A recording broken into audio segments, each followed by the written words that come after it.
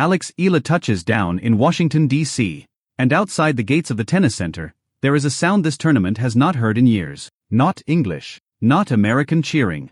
It is the sound of the Philippine flag, 3 stars, 1 sun, snapping in the wind above a line of fans who got there hours early, just to see her walk in. 3 weeks ago, she walked off the grass at Wimbledon in tears. She did not go home to sit with it. She got on a plane. And on July 27th, she stepped into one of the deepest fields this tournament has ever assembled, a WTA 500 event with over $1 million on the line, and 7 top 20 players standing between her and the second week. That is the scene to start with, because it tells you everything about where this story is right now. Her name is Alexandra Eala.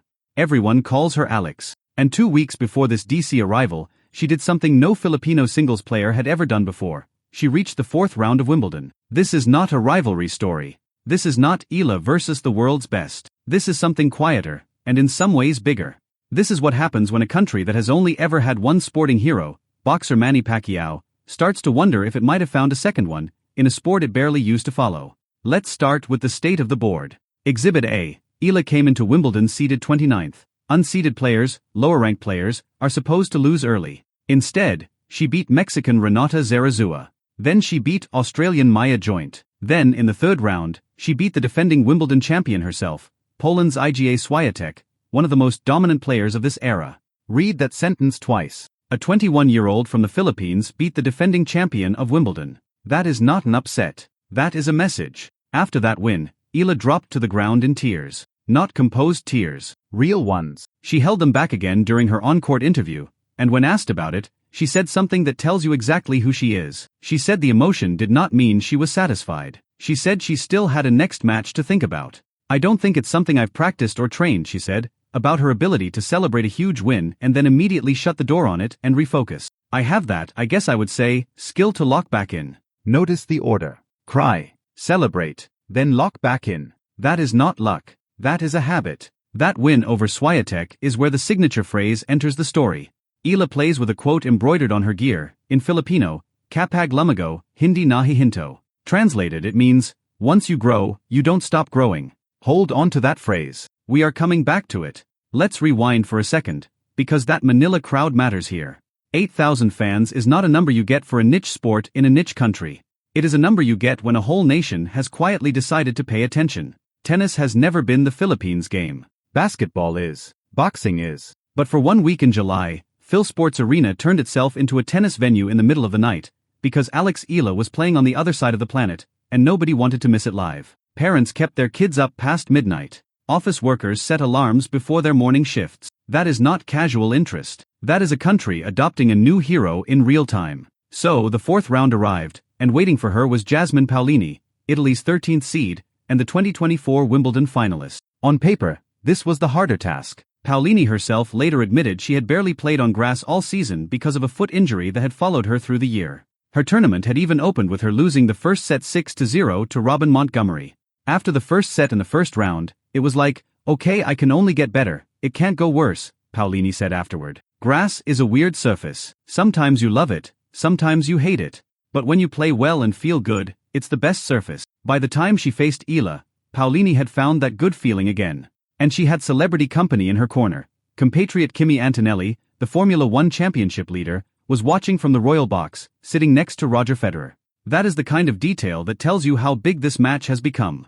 It was not just a 4th-round tennis match anymore. It was an appointment viewing. Here is the state of that match, point by point. Paolini came out sharp, full of energy, and raced to a 4-1 lead in the first set.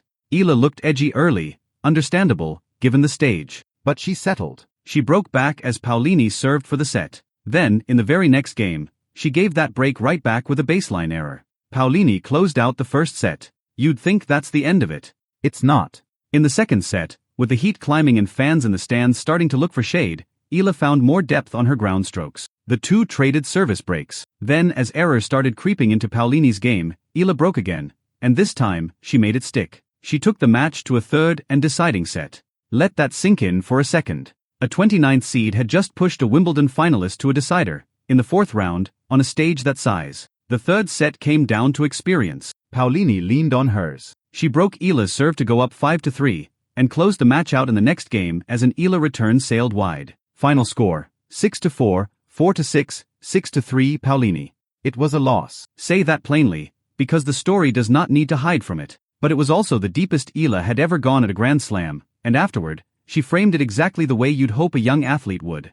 It's been one of my best results, right? Of course, it will add confidence, she said. I think it's important that every match I play, I go in with self-esteem and the thought that I'm able to win. That is the callback moment. Kapag lumago, hindi na hihinto. Once you grow, you don't stop growing. She lost the match. She did not lose the growth. Now here's what most people missed while they were focused on the scoreline. After the match, Eala did not talk about the loss. She talked about what her run might mean for other young girls back home, in a country where tennis has never been the national obsession. It's an honor to be able to pave the way for young girls, she said.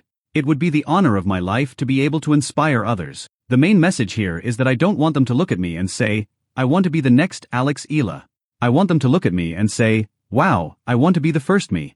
I want to make my own path. That is not the language of someone chasing a scoreboard. That is the language of someone building something bigger than a ranking. Let's talk about that ranking anyway, because the numbers back up the story. Eala's Wimbledon run pushed her to a new career high in the WTA live rankings, number 28 in the world. 2 years ago, most casual sports fans in Manila could not have told you where she stood at all. Now she is a top 30 player, and the whole country watched her get there, 8,000 of them in one room at 2 or 3 in the morning Manila time. Here is the question worth arguing about in the comments. What does a country do when it finally gets a second sporting hero? Manny Pacquiao gave the Philippines one kind of pride in the ring. Eala is offering a different kind, quieter, younger, and in a sport where Filipino success has always felt almost impossible. She is not trying to be the next Pacquiao. She said it herself. She is trying to be the first Eala. So where does she go from here? After Wimbledon, Eala is taking a 3-week break, her first real pause after a grasscourt season that built all the way up to that 4th-round run. Then the calendar turns hard and fast. She resumed her campaign at the Mubadala DC Open in Washington, D.C., running from July 27th to August 2nd. It is a WTA 500 event, and the field waiting for her there is not an easy one. Start with the number that matters most, 7 top 20 players in that draw. World number 8 Alina Svitolina is the projected top seed. Alongside her, Marta Kostyuk, Naomi Osaka, Diana Schneider, Iva Jovic, Jasmine Paolini. Yes, the same Paolini who beat her at Wimbledon, and Anna Kalinskaya. Beyond them, more top 30 names, Madison Keys, Leylah Fernandez, Clara Tauson, Emma Navarro. Rounding out the direct entry list are more names Eala will have to get past just to make a deep run. Kristina Buxa, Katerina Siniakova, Jacqueline Christian, Sinu Wong, Ludmila Samsonova, and Janice Jen. This is not a soft draw handed to a rising star to build confidence. This is a full-strength WTA 500 field, and Eala is walking into it 3 weeks removed from the biggest win of her career. And then there is Venus Williams. Williams made her return to this very tournament last year, at 45 years old, in her first match in 16 months. She beat Peyton Stearns in straight sets, 6-3, 6-4, and in doing so became the oldest woman to win a WTA match since Martina Navratilova did it at 47, at Wimbledon in 2004. The tournament has now confirmed Williams will be back in Washington again this year. 2 generations of women's tennis, 25 years apart in age, sharing the same draw sheet as a 21-year-old from the Philippines still finding her ceiling. That is not a coincidence of scheduling. That is the sport itself putting her next to its history. The defending champion in Washington is Leylah Fernandez of Canada, who won the title last year after gritty 3-set wins over Jessica Pegula and Elena Rybakina, before cruising past Kalinskaya in the final. It was the biggest title of Fernandez's career, and she did not pretend it came easily. I have gone through so many different challenges this week, Fernandez said afterward. If I can get through this week, through the cramps, through the long matches, through the heat, the humidity, I can get through anything. That quote is not about Eala, but it might as well be. It is the same lesson from a different player, on the same court Eala is about to walk onto. After Washington, the road keeps going. Eala is expected to head to the National Bank Open in Toronto, and after that, further ahead, a return to the Singapore Open in September, now upgraded to WTA 500 status. All of it building toward the final major of the year, the US Open, where the questions everyone is asking after Wimbledon will get asked again louder. We are not going to sit here and predict how Washington goes. That is not the point of this video, and honestly, tennis has a way of punishing predictions. What we can tell you is the room she is walking into. Picture it. A humid week in Washington, D.C., in late July. A draw with 7 top 20 players in it, headlined by a former world number 3 in Svitolina. A rival, Paolini, who just went through her on the grass of Wimbledon and now shares the same tournament grounds. A 45-year-old legend in Venus Williams, walking those same practice courts, still writing her own chapter 25 years after Eala was born. And back home, a country that has now seen what Alex Eala looks like on the biggest stage in tennis, waiting to see if she can do it again on a hard court, closer to American soil, closer to the diaspora that will be watching this time in prime time instead of the middle of the night. That is the room. That is the stage. Nobody knows yet how it ends, and that is exactly why it is worth watching. Kapag lumago, hindi nahihinto. Once you grow, you don't stop growing. Whether that phrase holds up in Washington, we will find out together. If you have been in this corner since Wimbledon, drop a comment and tell us what you think happens next. And if this is the first time you're hearing the name Alex Eala, welcome. You picked a good time to start paying attention. Subscribe, because this story is just getting started, and we will be right here covering every step of it.